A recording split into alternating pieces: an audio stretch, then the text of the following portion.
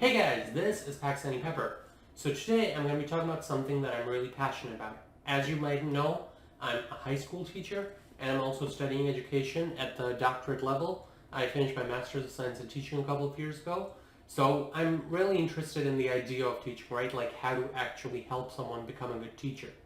So there are a lot of lessons that I was taught in my first year, and after that too, because I was very fortunate, I had really good people teaching me.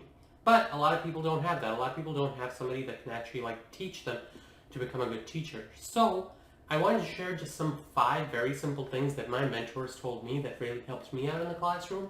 And if you can do these, you're going to see a drastic change between your first year and your next few years. So again, these are 5 things, 5 mistakes that every new teacher needs to avoid.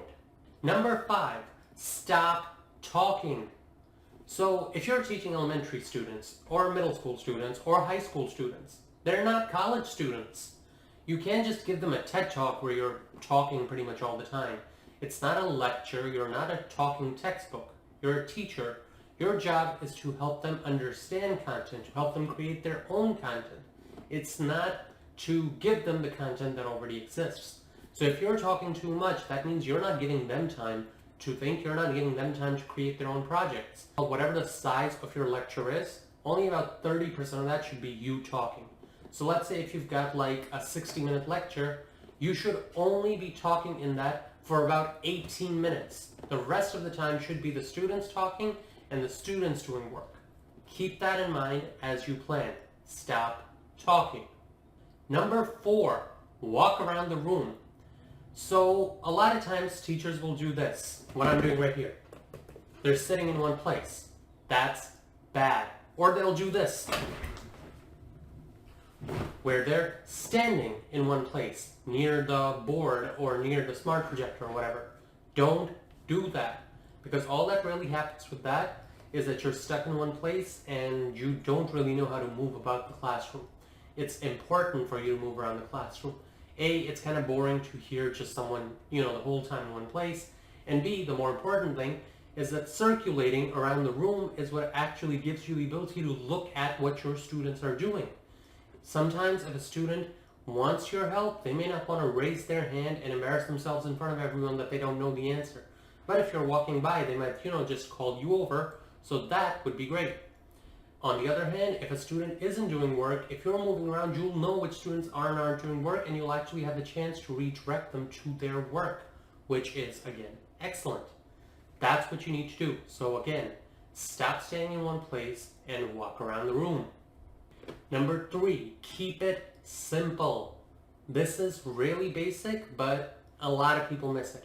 When you're a young teacher, you're early on in your career, you want to be very ambitious. Like, I'm going to make this amazing lesson plan, and my students are going to learn 5 different things, and those 5 things are going to have 3 different subsections or whatever.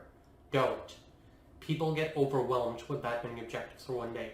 Have one overarching objective for your students, a learning target, and then have 2 to 3 success criteria that they need to meet in order to achieve that one target. If it's a good enough target, that's more than enough. That's actually the only thing that they would be able to do in that one period. And if you design it well, it's going to be the best possible lesson. Don't design it well, and that is almost as bad as having too many objectives. But the point is, you should not have more than one learning objective per class. Number 4, steal lessons. So, sounds kind of weird, right? Copyright infringement, all that stuff. I'm not telling you to infringe on somebody's intellectual property. What I am telling you is that find good teachers that have been doing this for a long time, teachers that have strong lesson plans, teachers that you have observed and know they work well within the classroom, and ask them for lessons, ask them for collaboration. Use their work as the basis for your lessons, because in the first year, you're always going to be tired, you're always going to be struggling, right? You're always going to be trying to play catch up. Don't spend all that energy planning. If you can get a basis for your planning, that's more than enough. So again, steal lessons. And finally, number 5. This is the most important one. So this should technically be number 1 if I was doing a countdown, but I kind of forgot if I was doing a countdown or a count up. But either way, number 5 or number 1 is stay calm.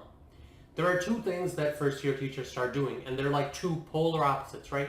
There's option one, where you're too meek and students think they can walk all over you.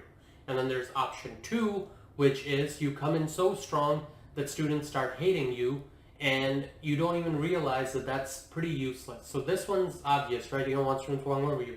This one, coming in too strong, is also terrible because A, students hate you, you're affecting their emotional growth, and B, it's also the fact that once or twice after sending them to the dean or calling them home or whatever, kids are going to know that there's nothing else you can do. So basically, you lose any sense of power that you have if you exercise at all, like on things that can be managed without that. I'm not saying ignore fights, I'm not saying ignore disrespect. What I am saying is that not everything merits thunder and ire. A lot of things are better handled.